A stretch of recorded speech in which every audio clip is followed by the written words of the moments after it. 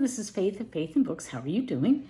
I'm posting a short video here to tell you that I'm going to be off BookTube for maybe 3 weeks or maybe 4 weeks. I'm traveling in a couple of days. We're going to Alaska. We're going to be there for a little over 2 weeks. And then I'm not sure how long it will take me to get settled back in and that sort of thing. So BookTube just isn't going to be the focus. So I'm going to be off the air, so to speak, for the next 3 weeks or maybe more. So I just thought I'd check in really quickly to tell you, where is it, that I finished The Return of the King. Basically, let me show it to you properly. Yeah.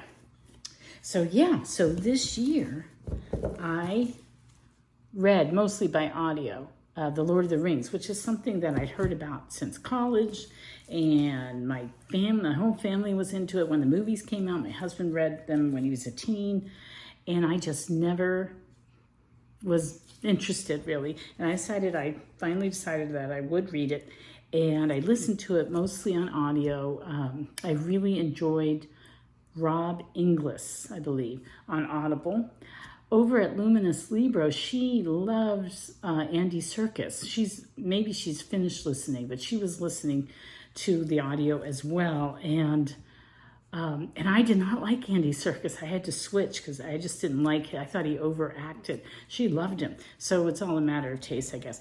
But I'm very proud of the fact that I'm 65, okay? I finally read this classic. And I really enjoyed it. I feel like listening to the audio, I missed a lot because of all the names of people and the names of places and all that sort of thing. And I feel like I don't feel confident that my comprehension was so good, but I could follow the story. And I can see why it's a classic. This is a spoiler, but at the end, it's not quite the end. I was really surprised that Frodo is seen as such a hero, and he was a hero. Carrying the ring was a huge burden and very dangerous. They had very little hope of surviving. It was a terrible thing he had to go through. But at the end, the destruction of the ring did not depend on Frodo. It depended more on chance or maybe providence. And so I thought that it was kind of ambiguous, and that surprised me. I really liked the last bit with the scouring of the Shire. I really like the idea of these rebels coming in and taking back the Shire.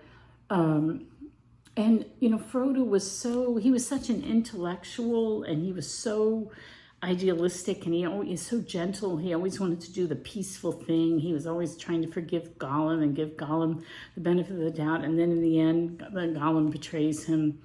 And then again, when they had to take back the Shire from Saruman, again, Frodo doesn't want any killing. And we need people like that. We really need idealists like that.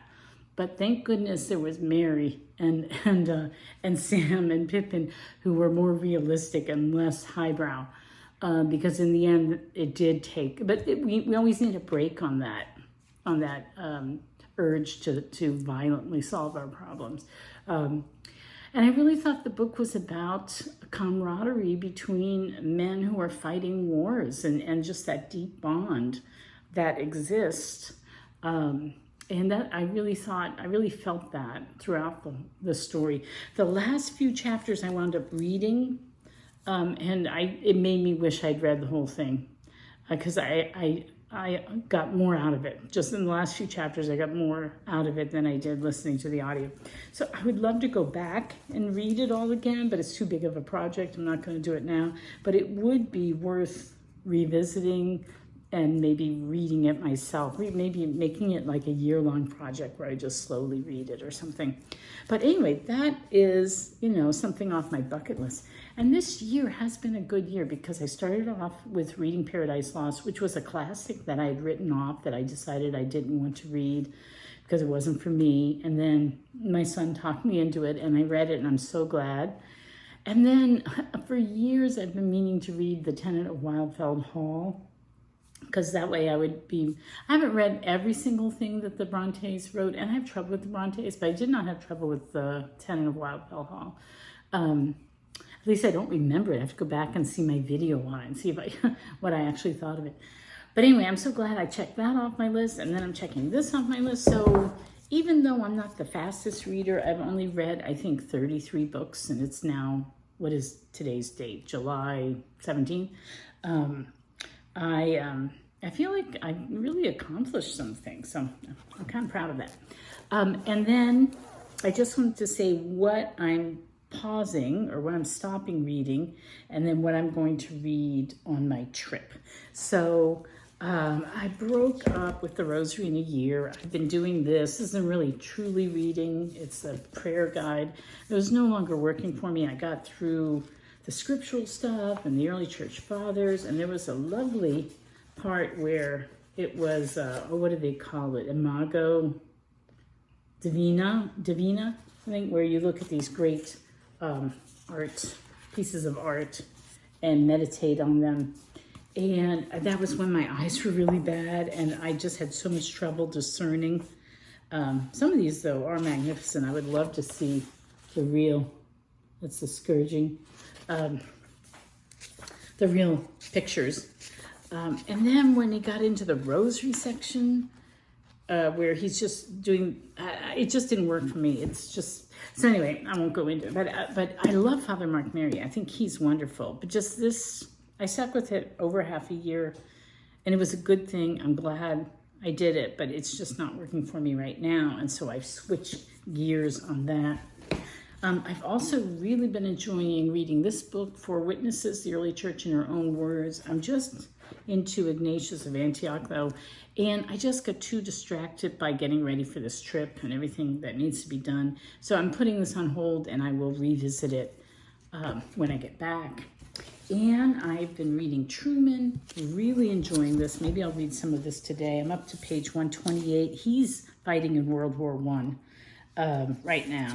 So, which I did not even know that he had fought there. I think he's at Verdun, the Battle of Verdun. So, yeah, so I hope to read a little bit of this before I go.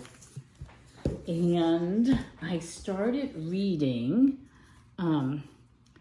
James Michener's Alaska. Let me see if I can get to the cover for you. Which... of course, it's pretty appropriate. I'm going to Alaska. I'm enjoying it. He's very, long-winded. Let's see if I can get to the actual cover. There it is. But, what he does is he does really deep history. So you went way back prehistoric times, and then moving up. I just finished reading about Bering, which I did not know. The Bering Strait and all that. I knew the littlest amount about it.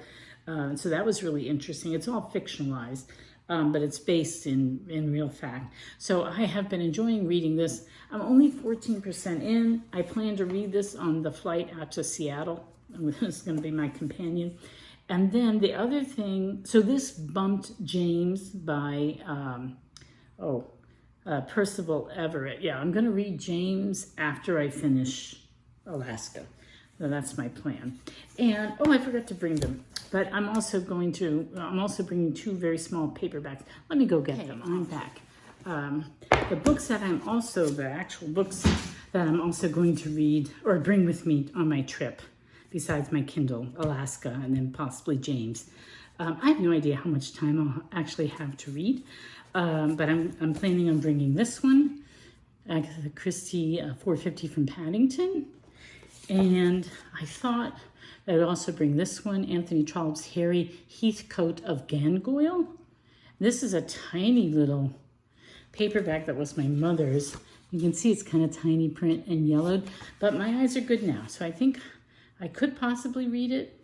It's just a backup. I want to read more Trollope, and it's only a little over 2 weeks, so how much am I actually going to read? But you got to go prepared.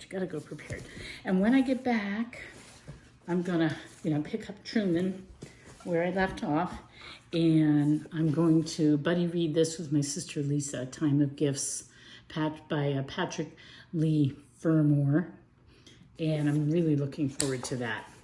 This guy writes beautifully.